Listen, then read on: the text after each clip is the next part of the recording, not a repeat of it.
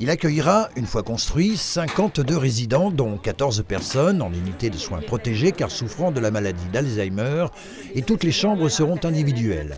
À Contrexéville, sur ce terrain proche de la route qui mène à Surrioville, les travaux, même s'ils ont pris du retard en raison des différentes crises, Covid, énergétique et des matières premières, avancent bien.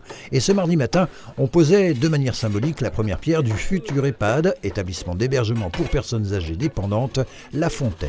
Il n'y avait jamais eu d'EHPAD à Contrexéville. Il y en avait un à Vittel, qui malheureusement pour le moment n'est plus utilisable, mais qui sera reconstruit dans quelques années.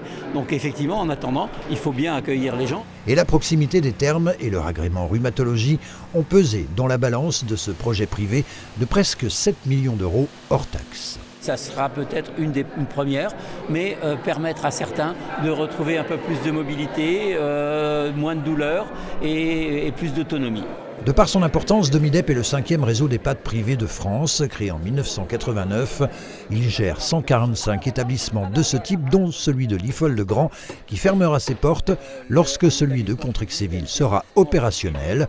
Alors ne déshabillerait-on pas Pierre pour habiller Paul? De par ses défauts sécuritaires, là on ne pouvait plus continuer à exploiter. C'est vraiment une histoire d'exploitation et d'autorisation d'exploitation.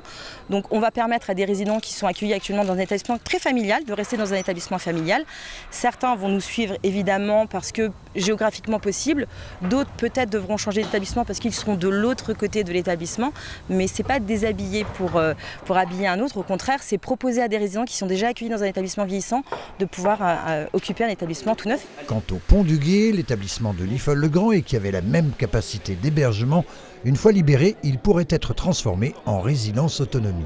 Ça s'adresse à des personnes âgées qui ne sont pas dépendantes, qui sont encore autonomes, mais qui ne tiennent plus à rester chez elles parce que souvent isolées et qui préfèrent vivre un petit peu en collectivité avec des activités proposées et la possibilité d'avoir ses repas sur site. Ils sont actuellement une trentaine de salariés à travailler à Liffol-le-Grand. On ne sait pas à ce jour combien accepteront la proposition qui leur a été faite de rejoindre l'établissement de Contrexéville, dont la livraison est prévue fin du premier semestre 2026.